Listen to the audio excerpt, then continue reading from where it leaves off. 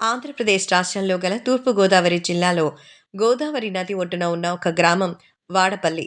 ఈ గ్రామం శ్రీ వెంకటేశ్వర స్వామివారి దేవస్థానానికి ప్రసిద్ధి చెందింది. ఈ దేవస్థానాన్ని వాడపల్లి వెంకటేశ్వర స్వామి దేవస్థానం అని కూడా పిలుస్తారు. ఈ ఆలయం చాలా గొప్ప చరిత్ర కలిగి ఉంది. అలాగే తదనంతర కాలంలో విశాలమైన ప్రాంగణంలో అభివృద్ధి చేశారు. ఆలయం చుట్టూ ఉన్న పైకప్పు భాగాన గోవింద నామాలు ముద్రించారు. ఆ నామాలు ప్రదక్షిణ చేసే భక్తులకు చాలా ఉపయోగకరంగా ఉంటుంది. ప్రతి శనివారం ఆలయమానం దగ్గర సుమారు కిలోమీటర్ పొడవున మేళగా అన్ని దుకాణాలు ఏర్పాటు చేస్తారు. ఈ క్షేత్రంలో 7 శనివారాలు దర్శించుకొని 11 ప్రదక్షిణలు చేస్తే భక్తుల కోరిన కోరికలు స్వామివారు నెరవేరుస్తారని భక్తుల విశ్వాసం. కావున శనివారం రోజున భక్తుల రద్దీ ఎక్కువగా ఉంటుంది. ఎర్ర చందనపు కొయ్యలో వెలసిన స్వయంభూ క్షేత్రం వాడపల్లి శ్రీ వెంకటేశ్వర స్వామి వారి దేవస్థానం. శ్రీ వెంకటేశ్వర స్వామి వారిని కళ్యాణ వెంకటేశ్వరుడు అని కూడా పిలుస్తారు. స్వామివారి బ్రహ్మోత్సవం 10 రోజుల పాటు అంగరంగ వైభవంగా నిర్వహిస్తారు. ప్రతిరోజు రాష్ట్ర నలుమూలల నుంచి భక్తులు స్వామివారిని దర్శించుకుంటారు. మరియు బ్రహ్మోత్సవ సమయంలో భక్తుల తాకిడి చాలా ఎక్కువగా ఉంటుంది.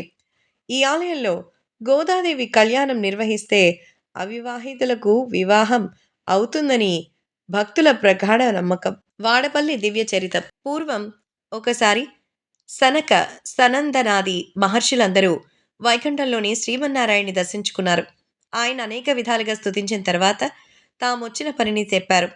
కలియుగంలో ధర్మం ఒంటిపాదలో నడుస్తోంది.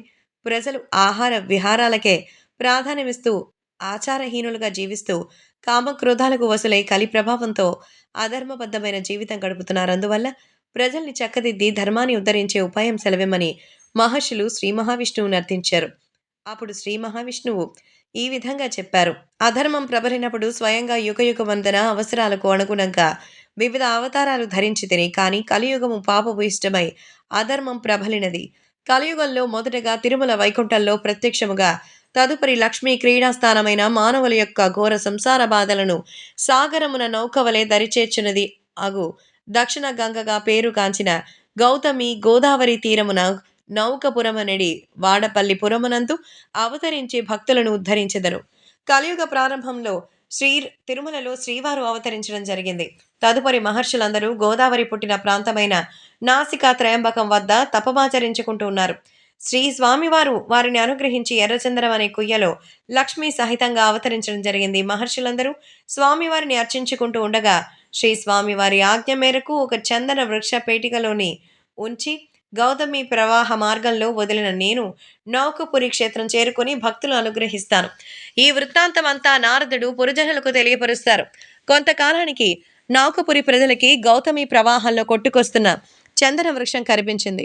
తీరానికి తీసుకొద్దామని వెళ్ళినంతలో అదృశ్యమైపోవడం ప్రారంభించింది. ఈ విషయమై గ్రామస్తులందరూ పండితులతో చర్చించిన శ్రీవారి యొక్క లీల వాళ్ళెవరూ కనుగొనలేకపోయారు. తిరిగి శ్రీవారే భక్తుడైన వృద్ధ బ్రాహ్మణుడు కలలో కనిపించి, కలికల్మషం వల్ల మీరు నన్ను కనుగొనలేకపోతున్నారు కనుక పురజనులందరూ వేకువజామునే గౌతమి స్నానంతో పవిత్రులై మంగళ వాయిద్యాలతో నౌకలో నది గర్భంలోకి వెళితే కృష్ణ గరుడ వాలిన చోట నేనున్న చంద్రపేటిక దొరుకుతుందని చెప్తారు. పురజనులు శ్రీ స్వామివారి ఆదేశాన్ని పఠించి నౌక నది గర్భంలోకి వెళ్ళగా చందనపేటిక లభించింది. దానిని తీసుకుని వచ్చి నిపుణుడైన శిల్పితో తెరిపించగా అందులో శంఖ చక్ర గదాధరుడైన లక్ష్మీ సహితుడైన దివ్యమంగళ విగ్రహం కనిపించింది. అంతటితో అక్కడికి దేవర్షి నారదుడు విచ్చేశారు. గతంలో మహర్షులు వైకుంఠానికి వెళ్లి ప్రజలకు ధర్మాన్ని ఉద్ధరించడానికి ఉపాయం చూడాల్సిందిగా విష్ణువును ప్రార్థించడం, విష్ణువు నౌకాపురిలో అర్చావతారంగా వెలుస్తారని చెప్పడం మొదలైన విషయాలు నారదుడు పురజనులకు వివరించారు. అందుకు నిదర్శనంగా స్వామివారు కటిహస్తానికి బదులుగా గదాధరుడై వెలయడం జరిగింది. తరువాత సప్త ప్రాకారాలతో దేవాలయం కట్టింపచేశారు. వేం అంటే పాపములను, కట అంటే పోగొట్టేవాడు కనుక ఈ స్వామిని వెంకటేశ్వరుణ్ణి నారదునినే స్వయంగా నామకరణం చేసి ప్రతిష్ఠింపజేశారు. వాడపల్లి శ్రీ వెంకటేశ్వర స్వామి నిలువెత్తు రూపం చూడగానే మనసుని ఆకట్టుకుని తిరుమలేశుని దర్శించిన అనుభూతి కలుగుతుంది. భారతదేశంలో అశేష భక్తజనం సందర్శించే ఆరాధ్య దేవాలయాల్లో వాడపల్లి ఒకటి. వాడపల్లి తీర్థమనగా వాడవాడలా ఉత్సవమే. ఆబాల గోపాలానికి ఆనందమే. ప్రతి ఏటా చైత్రశుద్ధ ఏకాదశి నాడు శ్రీ స్వామివారి తీర్థం కళ్యాణోత్సవం వైభవంగా జరుగుతుంది. శ్రీ స్వామివారి పవిత్రోత్సవ బ్రహ్మోత్సవ కళ్యాణోత్సవ కార్యక్రమాలకి వేలాది మంది భక్తులు కనుల పండుగగా భక్తి ప్రపత్తులతో వస్తారు. ఏటా కళ్యాణంతో పాటు 7 శనివారాల వ్రతంతో నిత్యం వేలాది మంది భక్తులు స్వామివారిని దర్శిస్తూ ఉంటారు. వాడపల్లి సంస్థానే బ్రహ్మాండే నాస్తి కించన వెంకటేశ సమోదేవో న భూతో న భవిష్యతి.